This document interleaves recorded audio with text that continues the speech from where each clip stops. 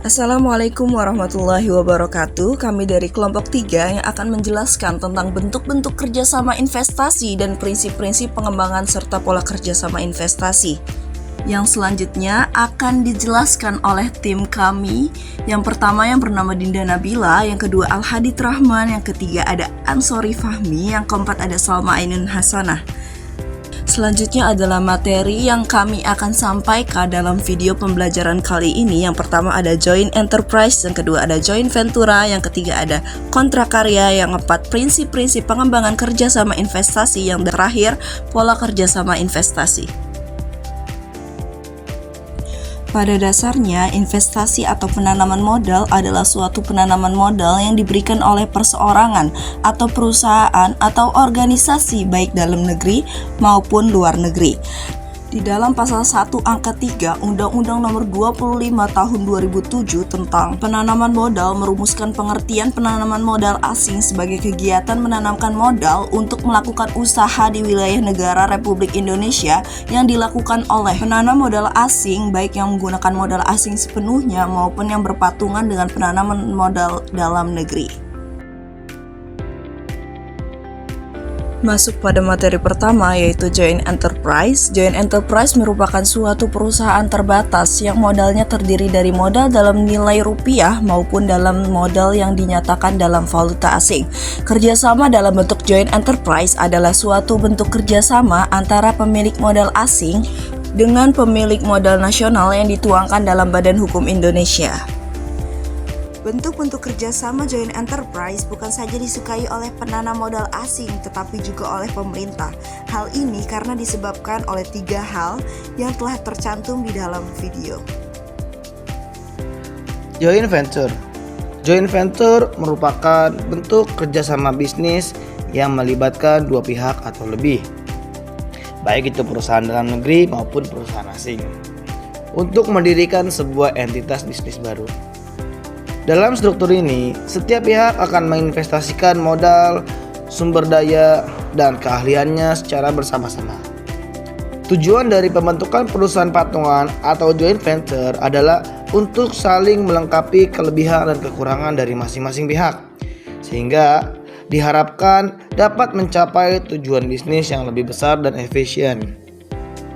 Dasar hukum yang mengatur perusahaan patungan atau joint venture di Indonesia, terutama yang melibatkan penanaman modal asing, adalah UU Nomor 1 Tahun 1967 tentang penanaman modal asing. Undang-undang ini memberikan kerangka hukum yang jelas mengenai tata cara pembentukan, pengelolaan, dan pembagian keuntungan dalam perusahaan patungan atau joint venture yang melibatkan investor asing. Joint venture ini sangat penting bagi bisnis. Joint venture telah menjadi pilihan strategis yang penting bagi banyak perusahaan, khususnya yang beroperasi secara internasional. Bahkan, perusahaan terbesar pun tidak memiliki modal, keterampilan, atau akses pasar yang diperlukan untuk mencapai tujuan komersial mereka, yang sepenuhnya melalui sumber daya mereka sendiri. Jarang ada hari yang berlalu tanpa pengumuman joint venture atau aliansi baru yang signifikan. Lalu, adapun ciri-ciri yang dimiliki dari joint venture sendiri adalah: yang pertama, merupakan perusahaan baru yang didirikan bersama oleh beberapa perusahaan. Yang kedua, modal terdiri dari pengetahuan dan modal yang disediakan oleh para pendiri. Lalu yang ketiga, joint venture antara perusahaan asing dan modal nasional harus berbentuk perseroan terbatas atau PT. Lalu yang terakhir, ada jenis-jenis dari kontrak joint venture sendiri. Ada 2 jenis. Yang pertama ada joint venture domestik, lalu yang kedua ada joint venture internasional. Joint venture domestik sendiri adalah bentuk kerjasama bisnis yang terjadi antara perusahaan domestik atau perusahaan dalam negeri. Contohnya seperti PT Nestle Indofood Cita Rasa Indonesia atau NICI, yang merupakan gabungan antara perusahaan PT Nestle Indonesia dan juga PT Indofood CBP Sukses Makmur Tbk. Lalu yang kedua, joint venture internasional adalah bentuk kerjasama bisnis yang terjadi apabila salah satu dari perusahaan itu adalah perusahaan asing. Contohnya adalah perusahaan Sony Ericsson yang merupakan hasil dari perusahaan menggabungan Sony Corporation dari Jepang dan perusahaan Ericsson dari Swedia. Mereka bergabung untuk memproduksi sebuah ponsel. Pada hakikatnya, perjanjian atau kontrak selanjutnya disebut sebagai kontrak di bidang harta kekayaan itu ada atau lahir semenjak manusia ada menghuni dunia ini, di mana manusia keberadaannya diliputi oleh hasrat khususnya untuk memiliki sesuatu kebendaan tertentu, dan adanya hasrat tersebut yang menimbulkan kepentingan saling bertemu, sehingga bertemunya kepentingan manusia yang satu dengan kepentingan manusia lainnya menciptakan apa yang disebut sebagai kontrak. Dengan kata lain, adanya kontrak bersamaan dengan adanya manusia itu sendiri. Kontrak yang dilakukan oleh manusia untuk memenuhi kebutuhannya tidak terbatas pada wilayah tertentu, melainkan sudah bersifat universal. Sedangkan, menurut Ismail Sunni, mengartikan kontrak karya adalah sebagai berikut: kerjasama modal asing dalam bentuk kontrak karya atau contract of work terjadi apabila penanaman modal asing membentuk satu badan hukum Indonesia, dan badan hukum ini mengadakan kerjasama dengan satu badan hukum yang mempergunakan modal nasional. Pandangan tersebut dapat dikatakan bahwa badan hukum yang asing bergerak dalam bidang kontrak karya harus melakukan kerjasama dengan hukum Indonesia yang menggunakan modal nasional. Namun, di dalam peraturan perundang-undangan tidak mengharuskan kerjasama dengan badan hukum Indonesia dalam pelaksanaan kontrak karya. Pertanyaannya sekarang, bagaimana dengan kontrak karya yang seluruh modalnya dari pihak asing, seperti halnya PT Freeport Indonesia?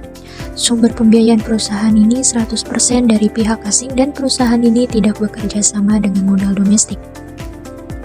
Dengan demikian, definisi kontrak karya di atas perlu dilengkapi dan disempurnakan, sehingga yang dimaksud dengan kontrak karya adalah suatu perjanjian yang dibuat antara pemerintah Indonesia dengan kontraktor asing semata-mata dan atau merupakan patungan antara badan hukum domestik untuk melakukan kegiatan eksplorasi maupun eksploitasi dalam bidang pertambangan umum, sesuai dengan jangka waktu yang disepakati oleh kedua belah pihak. Dengan demikian, dapat ditentukan unsur-unsur yang melekat dalam kontrak karya, yaitu 1. Adanya kontraktual, yaitu perjanjian yang dibuat oleh para pihak. 2. Adanya subjek hukum. 3. Adanya objek. Dan 4. Dalam bidang pertambangan umum, adanya jangka waktu di dalam kontrak.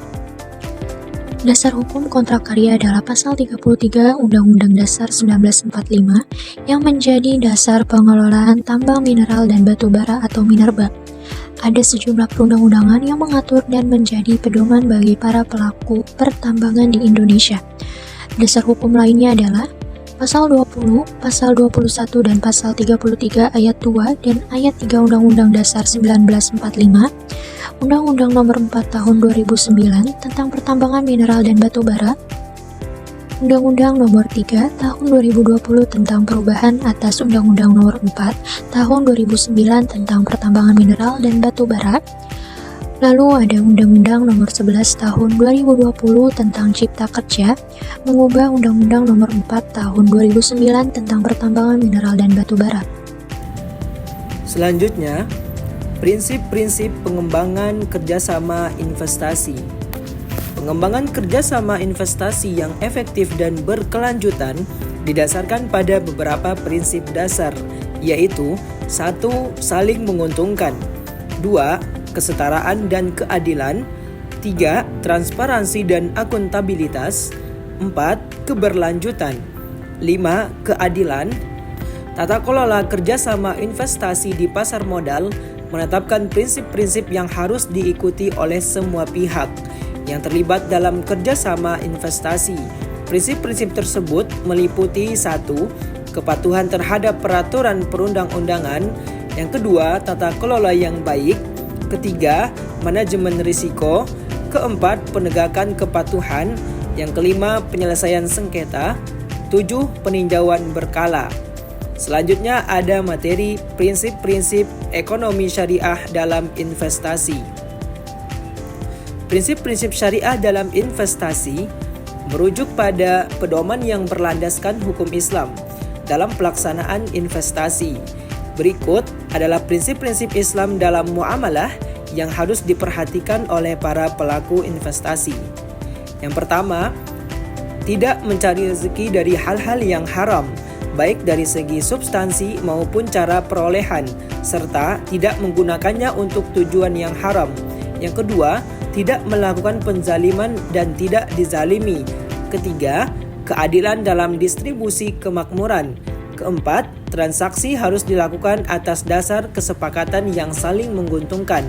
Kelima, menghindari unsur riba, maisir, dan gharar. Adapun Ghazali seperti yang dikutip dalam buku Abdul Aziz, investasi dalam Islam didorong karena 4 prinsip utama. Yang pertama, halal. Yang kedua, berkah. Yang ketiga, bertambah. Dan yang keempat, realistis. Selanjutnya, pola kemitraan menurut Undang-Undang Nomor 20 Tahun 2008. Menurut Pasal 26 Undang-Undang Nomor 20 Tahun 2008 tentang UMKM, kerjasama atau kemitraan usaha kecil, usaha menengah dengan usaha besar dapat dilakukan dengan pola sebagai berikut.